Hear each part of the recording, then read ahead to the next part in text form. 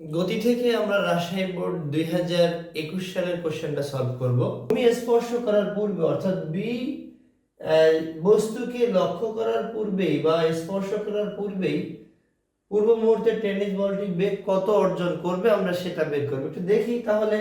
এটা আমরা সাধারণত পরন্ত বস্তুর এই শেষ চতুর্থ বা পরন্ত বস্তুর তৃতীয় সমীকরণ দিয়ে আমরা করতে পারি। তো আদিবেগ যেহেতু মুক্তভাবে পরন্ত বস্তু, আদিবেগ হবে 0 মিটার পার সেকেন্ড এবং হাইটের মান এখানে দেয়া আছে। Height h equal 60 metre.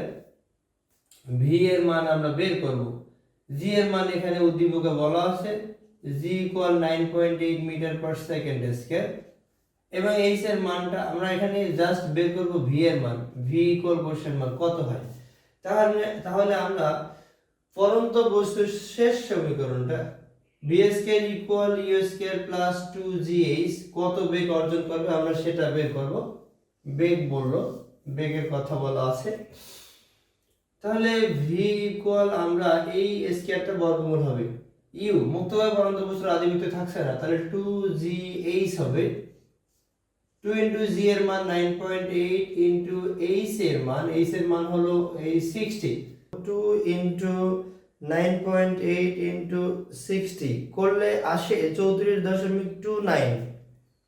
34.29 অর্থাৎ 34 রেজাল্ট আসে 34.29 মিটার পার সেকেন্ড। অর্থাৎ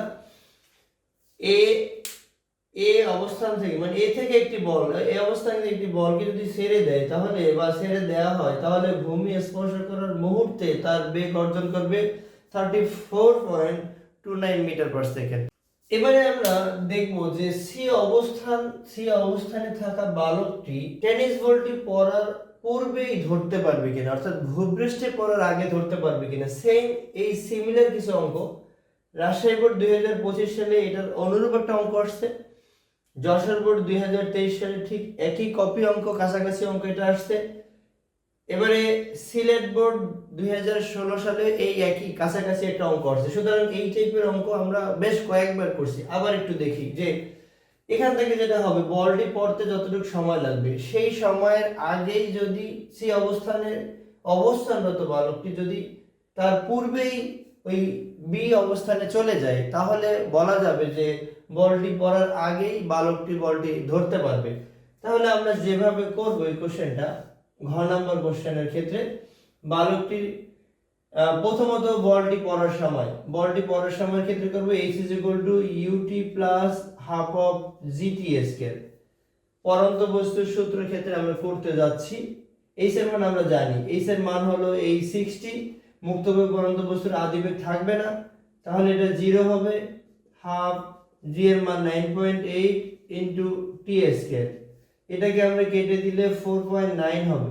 4.9 তাহলে 4.9 t স্কয়ার ইকুয়াল হবে 60। তাহলে t স্কয়ার ইকুয়াল 60 ভাগ হবে 4.9। t এর মান হবে বর্গমূল চিহ্ন 60 ভাগ 4.9। তাহলে কয় সেকেন্ড লাগে আমরা একটু বের করে ফেলি।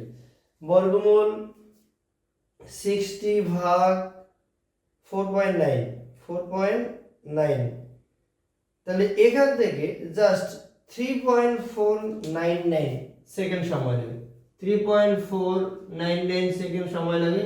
কাছাকাছি বলতে পারি 3.5 সেকেন্ড সময় লাগে বলটার এই 60 মিটার উচ্চতা থেকে ভূপৃষ্ঠে পড়তে। এখন বালকটির ক্ষেত্রে যা হবে, বালকটি এই বলটি ধরার জন্য 20 মিটার দূর থেকে 6 মিটার পার সেকেন্ড বেগে দৌড়াচ্ছে, তাহলে বালকটি বলটি ধরতে পারবে কিনা। বালকের ক্ষেত্রে হবে s is equal to v, এটাকে আমরা এখানে t বললে এটাকে আমরা t1 বলি। তাহলে জাস্ট বালকের ক্ষেত্রে কি দেয়া আছে, দূরত্ব s দেয়া আছে 20 মিটার, বেগ v দেয়া আছে 6 মিটার পার সেকেন্ড। জাস্ট আমরা t এর মান বের করব, t1 এর মান বের করব। s ভাগ v, s এর মান হলো 20, v এর মান হলো 6। তাহলে 3 6 18, 3 হবে 3 6 18 অর্থাৎ 3.66 এরকম করে সময়টা আসে যদি আমরা হিসাব করে দিই। যদি এখান থেকে এই 20 কে 6 দ্বারা ভাগ করি, 20 কে যদি 6 দ্বারা ভাগ করি তাহলে 20 কে যদি আমরা 20 কে 6 দ্বারা ভাগ করি 3.33 সেকেন্ড সময় লাগে। তাহলে দেখা যায় যে বালকটির এই বি অবস্থানে পৌঁছাতে সময়ের তুলনায় বলটি বি অবস্থানে পড়তে বেশি সময় লাগে অর্থাৎ পড়তে বেশি সময় লাগে অর্থাৎ T1 এর টাইম হলো 3.33 সেকেন্ড এবং T এর টাইম হলো 3.5 সেকেন্ড। তাহলে বলা যাচ্ছে যে বালক ভূপৃষ্ঠে বলটি পড়ার আগেই প্রায় কত, অর্থাৎ প্রায় 17 সেকেন্ড আগে 17.07 0 কত বলা যায় আসলে এটাকে বলা যায়, অর্থাৎ এখান থেকে যদি আমরা বিয়োগ করে দিলে জাস্ট 7.17 অর্থাৎ বলা যায় যে 0.1 মিলি সেকেন্ড বলা যায় আসলে 0.1 মিলি সেকেন্ড আগে একেবারে খুবই কম সময়ের ব্যবধানে সে আগে পৌঁছে যাবে।